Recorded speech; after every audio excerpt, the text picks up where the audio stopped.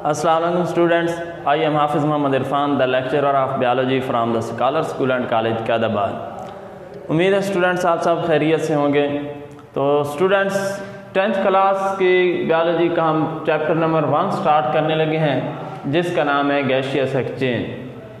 इस चैप्टर में हमने क्या क्या स्टडी करना है, जैसे कि नाम से ही ज़ाहिर है गैसों का तबादला यानी गैसियस एक्सचेंज। तो इसमें हमने पढ़ना है कि किस तरह ऑर्गेनिजम्स के अंदर गैसों का तबादला होता है, किस तरह गैसियस एक्सचेंज अक्कर होता है ऑर्गेनिजम्स के अंदर। पौधों में किस तरह गैसें एक्सचेंज होती हैं, किस तरह पौधे जो है ऑक्सीजन खारिज करते हैं, किस तरह कार्बन डाइऑक्साइड लेते हैं, और फिर इसी तरह एनिमल जो है किस तरह जो है ऑक्सीजन हासिल करते हैं और कार्बन डाइऑक्साइड को खारिज करते हैं।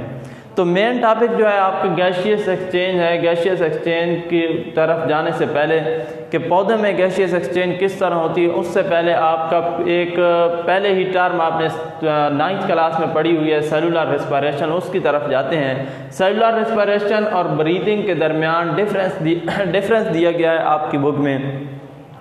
तो अमूमन स्टूडेंट्स जो है सेलुलर रेस्पिरेशन और ब्रीदिंग दोनों अमाल को एक जैसा समझा जाता है, यानी कि अमूमन गलती करते हैं स्टूडेंट्स कि सेलुलर रेस्पिरेशन और ब्रीदिंग को एक ही अमल समझ रहे होते हैं, हालांकि सेलुलर रेस्पिरेशन और ब्रीदिंग बिल्कुल एक दूसरे से डिफरेंस हैं।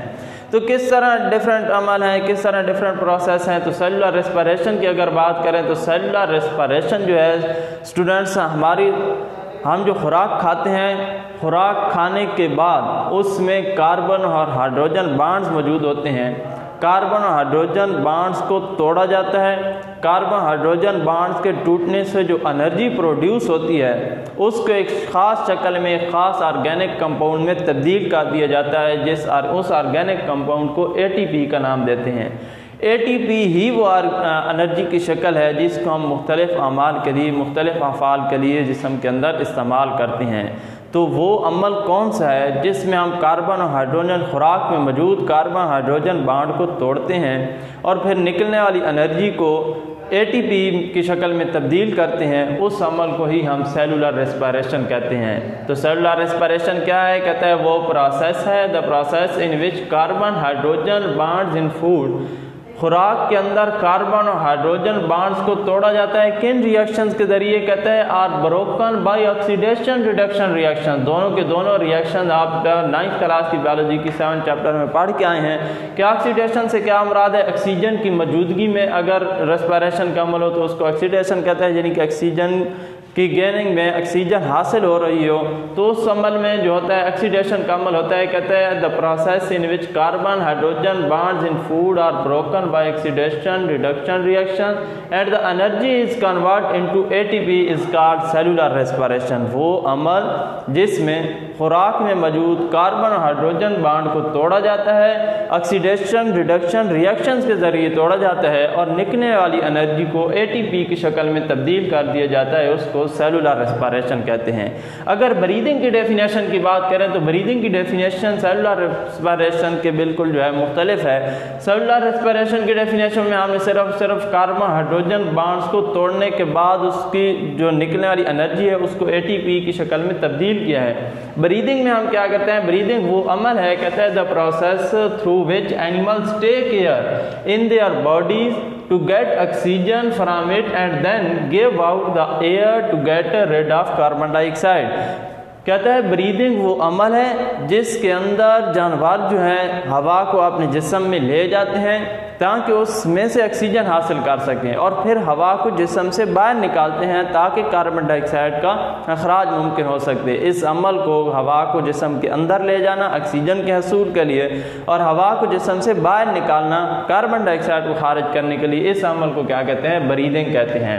सबसे पहला पॉइंट जो है इनकी डेफिनेशन क्या है? सेलुलर रेस्पिरेशन और ब्रीदिंग में डिफरेंस करते हुए सबसे पहला पॉइंट इसकी डेफिनेशन लिखनी है सेलुलर रेस्पिरेशन की, फिर ब्रीदिंग की लिखनी है। तो स्टूडेंट्स दूसरा पॉइंट जो है सेलुलर रेस्पिरेशन और ब्रीदिंग में डिफरेंस का वो है it is a biochemical process, यानी कि सेलुलर रेस्पिरेशन क्या है? एक बायोकेमिकल प्रोसेस है। बायोकेमिकल प्रोसेस कौन सा होता है? ऐसा प्रोसेस, ऐसा अमल जिसमें बायोमॉलिक्यूल्स इन्वॉल्व हों। तो सेलुलर रेस्पिरेशन एक बायोकेमिकल प्रोसेस है, जबकि ब्रीदिंग जो है वो एक फिजिकल प्रोसेस है, इसमें बायोमॉलिक्यूल डायरेक्टली इन्वॉल्व नहीं होते। तीसरा पॉइंट जो है सेलुलर रेस्पिरेशन और ब्रीदिंग में डिफरेंस का वो कहता है एनर्जी इज रिलीज। रिलीज। इस प्रोसेस के अंदर यानी कि सेलुलर रेस्पिरेशन के अमल में एनर्जी जो है रिलीज होती है, वही एनर्जी रिलीज होने वाली एनर्जी ही को तो फिर हम एटीपी की शक्ल में तब्दील करते हैं और फिर एटीपी के ही ऑर्गेनिक कंपाउंड को हम मुख्तलिफ अमाल के लिए, मुख्तलिफ फ़ाल के लिए इस्तेमाल करते हैं। ब्रीदिंग के अंदर कहता है energy is not release, breathing के प्रोसेस में एनर्जी रिलीज नहीं होती। सेलुलर रेस्पिरेशन कहता है it takes place within the cell, ये कहता है सेलुलर रेस्पिरेशन का अमल सेल के अंदर ही होता है। Cellular respiration takes place within the cell, यानी कि इस अमल की जो जगह है, ये जो प्रोसेस अकर हो रहा होता है वो सेल के अंदर ही हो रहा होता है। जबकि ब्रीदिंग जो है it takes place out of the cell, यानी कि जो सेल से बाहर ही अकर हो रहा होता है। ब्रीदिंग का प्रोसेस सेल से बाहर वकूफ़ पज़ीर होता है, जबकि सेलुलर रेस्पिरेशन का अमल सेल के अंदर ही वकूफ़ पज़ीर होता है। सेलुलर रेस्पिरेशन में 5वां पॉइंट जो है कहता है रेस्पिरेटरी एंजाइम्स आर इन्वॉल्व। इसमें सेलुलर रेस्पिरेशन क्योंकि ऑक्सीडेशन और रिडक्शन का रिएक्शंस होता है, तो वो कहता है रेस्पिरेटरी एंजाइम्स जो होते हैं वो क्या होते हैं, इसमें इन्वॉल्व होते हैं, इसमें शामिल होते हैं। वो रेस्पिरेटरी एंजाइम ने ही तो उन बॉन्ड्स को तोड़ना होता है, कार्बन हाइड्रोजन बॉन्ड्स को तोड़ना होता है। खुराक में मौजूद जो बॉन्ड्स होते हैं कार्बन हाइड्रोजन, उनको एंजाइम्स की मदद से ही तोड़ा जाता है। फिर जब वो टूटते हैं तो फिर निकलने वाली एनर्जी को एटीपी की शक्ल में तब्दील कर दिया जाता है। जबकि ब्रीदिंग प्रोसेस में कोई भी एंजाइम इन्वॉल्व नहीं होता, यानी कि ब्रीदिंग के अमल में किसी भी एंजाइम की ज़रूरत आपको नहीं होती। तो ये था हमारा टॉपिक सेलुलर रेस्पिरेशन और ब्रीदिंग के दरमियान डिफरेंस का। यही 5 पॉइंट जो लिखे हुए हैं, इसी तरह आपने 5 पॉइंट लिखने हैं। एक और टर्म इस्तेमाल हुई है गैसियस एक्सचेंज की। चैप्टर का नाम भी क्या है, गैसियस एक्सचेंज है, यानी कि गैसों के तबादले से क्या मुराद है।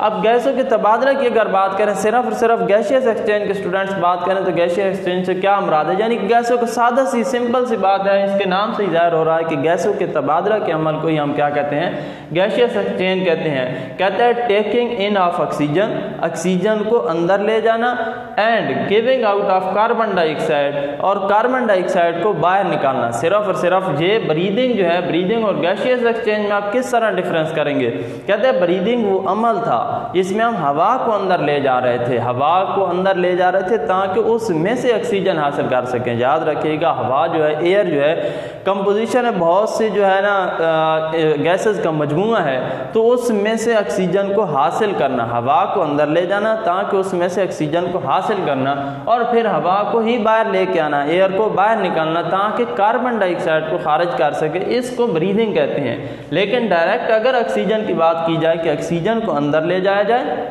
और फिर कार्बन डाइऑक्साइड को बाहर निकाला जाए, तो इस अमल को क्या कहते हैं, गैसियस एक्सचेंज कहते हैं। सेलुलर रेस्पिरेशन और ब्रीदिंग के दरमियान क्या फ़र्क है। सेलुलर रेस्पिरेशन वो अमल है जिसमें खुराक में मौजूद कार्बन हाइड्रोजन बॉन्ड को तोड़ा जाता है और निकलने वाली एनर्जी को एटीपी की शक्ल में तब्दील कर लिया जाता है। ब्रीदिंग में क्या है, ब्रीदिंग वो अमल है जिसमें हवा को बॉडी के अंदर ले जाया जाता है ताकि उसमें से ऑक्सीजन हासिल कर सकें, और फिर हवा को जिस्म से बाहर निकाला जाता है ताकि कार्बन डाइऑक्साइड का रिमूवल मुमकिन हो सके। अब ब्रीदिंग और गैसियस एक्सचेंज में आप किस तरह डिफरेंस करते हैं। ब्रीदिंग सिर्फ वो अमल है जिसमें हवा को अंदर ले जाते हैं ताकि उसमें से ऑक्सीजन हासिल कर सकें, और हवा को ही बाहर निकालते हैं ताकि कार्बन डाइऑक्साइड का अखराज मुमकिन हो सके। जब गैसियस एक्सचेंज में हम बराह रास्त कहते हैं कि ऑक्सीजन को अंदर ले जाना और कार्बन डाइऑक्साइड को बाहर निकालने के अमल को हम क्या कहते हैं, गैसियस एक्सचेंज कहते हैं। और जब ऑक्सीजन को अंदर ले जाना और कार्बन डाइऑक्साइड को बाहर निकालना, यानी गैसियस एक्सचेंज का अमल पौधों में और एनिमल्स में डिफरेंट है, यानी कि पौधों में और तरह से गैसियस एक्सचेंज का अमल होता है, इस तरह एनिमल्स में अपने ही तरीके से गैसियस एक्सचेंज का अमल होते हैं। तो इस तरह नेक्स्ट जो हमारा टॉपिक है वो है कि पौधों में गैसियस एक्सचेंज किस तरह होता है। स्टूडेंट्स, सेलुलर रेस्पिरेशन और ब्रीदिंग में डिफरेंस पढ़ने के बाद अब मेन टॉपिक की तरफ आते हैं, गैसियस एक्सचेंज इन प्लांट्स के पौधों में किस तरह गैसों के तबादले का अमल होता है। तो पौधों में गैसों के तबादले का अमल किस तरह होता है, तो उसके लिए हमें लीव्स एनाटमी पढ़नी है। इस पूरे के पूरे टॉपिक में आपको पत्ते की जो है पूरी एनाटमी पढ़ाई गई है।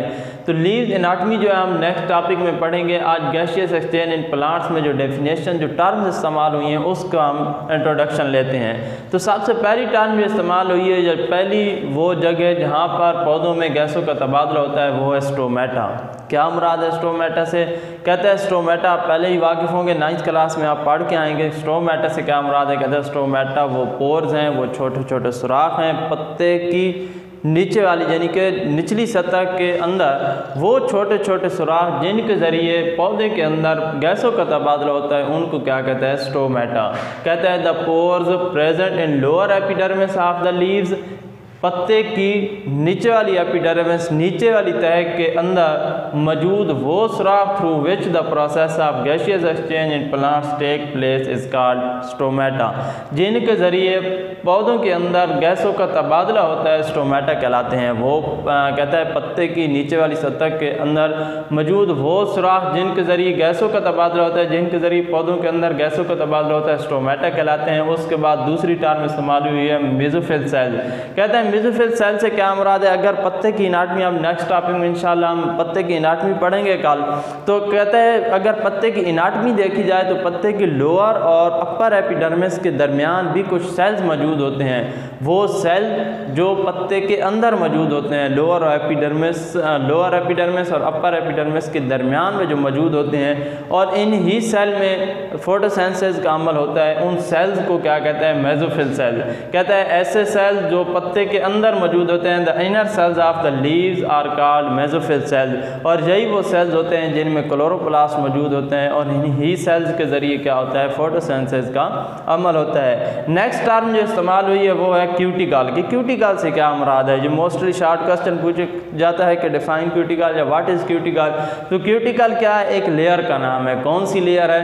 कहते हैं पत्ता मौजूद है। कल इंशाल्लाह एनाटमी में आपको बाकायदा डायग्रामेटिकली आपको समझाएंगे कि पत्ता मौजूद है, पत्ते की अपर एपिडर्मिस मौजूद है, लोअर एपिडर्मिस मौजूद है, अपर एपिडर्मिस के ऊपर एक और छोटी सी तह मौजूद होती है जिसके ज़रिए गैसों का तबादला भी होता है। पत्ते पौधों के अंदर एक तह के ज़रिए पत्ते की बिल्कुल ऊपर वाली तह से ऊपर भी एक छोटी सी तह मौजूद होती है जिसके ज़रिए गैसों का तबादला भी होता है, उसको कहता है क्यूटिकल।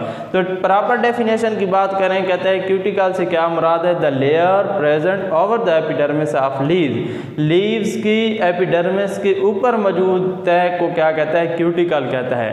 एक लेंटिसेल्स का लफ्ज़ इस्तेमाल हुआ है कि लेंटिसेल से क्या मुराद है? 9th क्लास में भी आप पढ़ के आए हैं। कहता है ये सारी की सारी टर्म जो है आप 9th क्लास में पढ़ के आए हैं। तो लेंटिसेल में से क्या मुराद है? कहते हैं लेंटिसेल्स क्या है? वो पोर्स हैं, वो सुराख हैं, वो छोटे छोटे सुराख हैं जो क्या मौजूद होते हैं? छाल में यानी बार्क में मौजूद होते हैं। पौधों की छाल में मौजूद वो छोटे छोटे सुराख जिनके ज़रिए गैसों का तबादला होता है उनको क्या कहते हैं? लेंटिसेल्स कहता है। The pores present in the layer of bark through which plants change their gases are called lenticels. कहते हैं लेंटिसेल्स वो छोटे छोटे सुराख हैं, पौधे की छाल में मौजूद वो छोटे छोटे सुराख हैं जिनके ज़रिए गैसों का तबादला होता है, उनको क्या कहते हैं? लेंटिसेल्स कहता है। तो आज स्टूडेंट्स हमने पढ़ा कि सेलुलर रेस्पिरेशन से क्या मुराद है और ब्रीदिंग से क्या मुराद है, सेलुलर रेस्पिरेशन और ब्रीदिंग में डिफरेंस क्या है। उसके बाद हमने गैसियस एक्सचेंज इन प्लांट्स वाला टॉपिक में जो टर्म्स इस्तेमाल हुई हैं थोड़ी सी डेफिनेशन पढ़ी है कि स्टोमेटा से क्या मुराद है, मेसोफिल सेल्स क्या है, क्यूटिकल क्या है और लेंटिसेल्स क्या है। कल इंशाल्लाह हम गैसियस एक्सचेंज इन प्लांट्स यानी कि पौधों में किस तरह जो है गैसों का तबादला होता है, और फिर पत्ते की एनाटमी पढ़ेंगे कि पत्ते की एनाटमी किस तरह है, पत्ते की बनावट किस तरह है, इंटरनल एनाटमी कैसे है या एक्सटर्नल एनाटमी कैसे है। तो इस टॉपिक में आपने क्या क्या याद करना है? सबसे पहले सेलुलर रेस्पिरेशन और ब्रीदिंग में डिफरेंस आपने याद करना है, अपनी कॉपी में लिखना है। उसके बाद स्टूडेंट्स ये जो डेफिनेशन लिखी हैं हमने स्टोमेटा की डेफिनेशन आपकी बुक में लिखी हुई नहीं है तो स्टोमेटा की डेफिनेशन आपने यहीं से लिख लेनी है। मेसोफिल सेल्स की डेफिनेशन लिखनी है, क्यूटिकल और लेंटिसेल, इन तमाम टर्म की डेफिनेशन कॉपी में लिखनी भी है और याद भी करनी है। कल इंशाल्लाह नेक्स्ट टॉपिक के साथ आपके सामने हाजिर होंगे, तब तक के लिए अल्लाह हाफ़िज़।